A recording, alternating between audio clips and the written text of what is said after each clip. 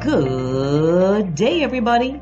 This is Charmaine Miller, your running partner on this journey of continual learning and personal growth. Your presence here today is telling me that once again, you are joining me because you want to stay in the learning zone. And this is because you know that learning doesn't prepare us for life. Learning is life. If you're just joining this series, let me begin by giving you the startling reality that nothing ever grows in the comfort zone. That means that you can never grow if you are content with playing it safe inside the zone of the known. So at Proactive Skill Developers, we have been spending time getting comfortable with being uncomfortable so that we can continually develop, competing with last year's version of ourselves and winning every time. Brian Herbert said that the capacity to learn is a gift. The ability to learn is a skill. But the willingness to learn is a choice. Have you been exercising your choice to learn? Tuning into these weekly videos tells me that you are. So you must also be an eager beaver who not only has the capacity or skill to learn, but the willingness to do so. Awesomeness. Today I want to talk with you further on the last of the 3 pointers I gave in our first video. To recap quickly, we said that to embrace discomfort, you should see a preferred future, have a vision, spot a path for your feet, do some vetting, and then now finally speak a promise for your faith, voice a few things. Well, I want to examine the last suggestion of speaking a promise for your faith. If we need to get comfortable with discomfort so that we can continually grow, we will have to engage in lots of internal and audible conversations with ourselves because it's not going to be easy, you know. You see, our brains are already programmed to take us through the path of least resistance. That's because it's programmed for preservation. And anything that looks unnerving or dangerous, it tries to avoid it. This means we need to work on reprogramming our thinking because the repetition of thought leads to our beliefs. And once beliefs become a conviction, we'll begin to see it happen. I read a potent verse in 2 Corinthians 4:13 that says, "We believe and therefore we speak." So what you believe will be coming out of your mouth eventually. And what comes out of your mouth will in turn influence your actions. So why not work on your belief, huh? You see, you can have anything you want if you are willing to give up the belief that you can't have it. We've held on to self-limiting beliefs for so long that we begin to think they're true, and they're not. We begin to think that this is as far as we can go. We begin to say, we can't learn anything new. We can't master the computer. We can't go back to school. We're not good at teaching math. Or we can't do something, one thing or the other. But that seed of doubt started with a belief. You see, a belief is not merely an idea that the mind possesses. It is an idea that possesses the mind. So says Robert Bolton. It gets rooted in there, and before you know it, voila, your action or lack thereof is influenced by it. I realize that it's our thinking that creates our reality. Our belief produces the fact, or at least what becomes a fact for us. So where does this leave us if we already have those beliefs that have been keeping us in the comfort zone? Well, Peter McWilliams says that if you change the belief first, changing the action is easier. Booyah! Now you see why so many school lessons hit the ceiling and drop to the ground, huh? We teachers sometimes are trying to change students' actions without first trying to work on their underlying beliefs about the topic or subject. No wonder why so many students hate creative writing or hate math. Just how the scripture says that we believe and therefore we speak, we must also speak what we believe.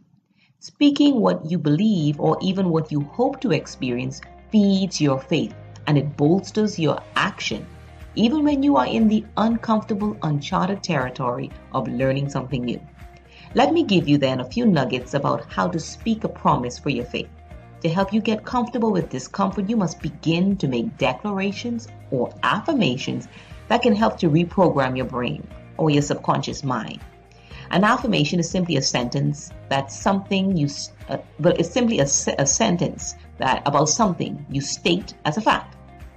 But for these affirmations to be effective, you must follow a few guidelines. I want to give you three P's. The first one is make it personal.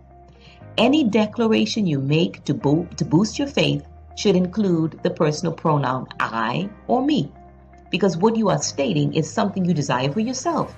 So this is why you would say, I am an excellent communicator, or learning new things comes easy for me. So make it personal.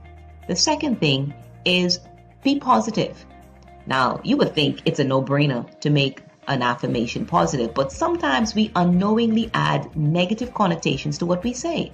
For example, you might say, I don't overeat and indulge in eating lots of sweets, or I am not late for events and appointments, or I don't lose my cool when I'm speaking to my students. As innocent as these sound, they are emitting a negative message with the words overeat, indulge, late, don't, not.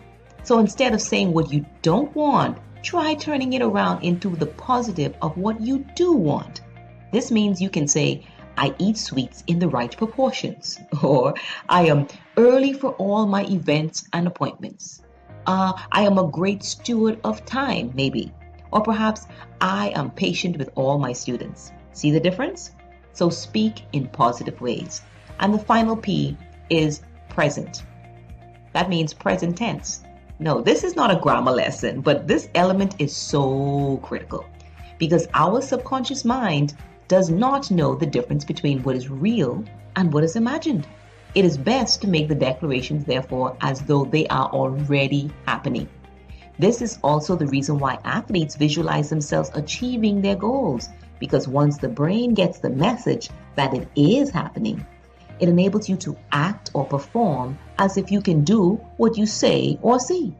So convince the subconscious that you are what you want to be.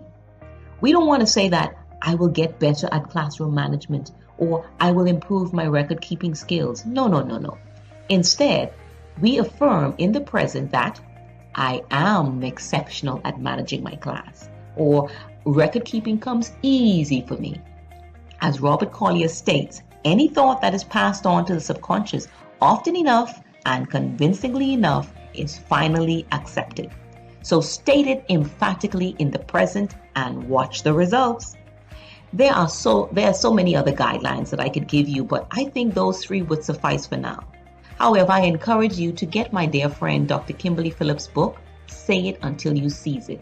She examines these guidelines beautifully in detail and gives excellent examples for you to adopt. So check it out on Amazon. Remember that to get comfortable with discomfort so you can continually grow and develop, you should speak a promise to increase your faith. When you make these declarations or affirmations, be sure that they are personal, positive, and in the present tense. Remember that death and life are in the power of the tongue. So if you want to start changing what you see, start changing what you say. If you found this video helpful, take a few seconds to share it with a coworker or a friend.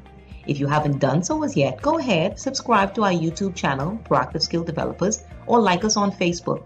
We always appreciate hearing from you, so leave a comment while you're there.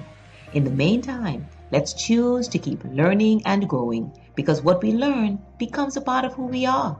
And like Einstein said, once we stop learning, we start dying. So, never stop learning, because life, as you know, never stops teaching. Until next time, to your success.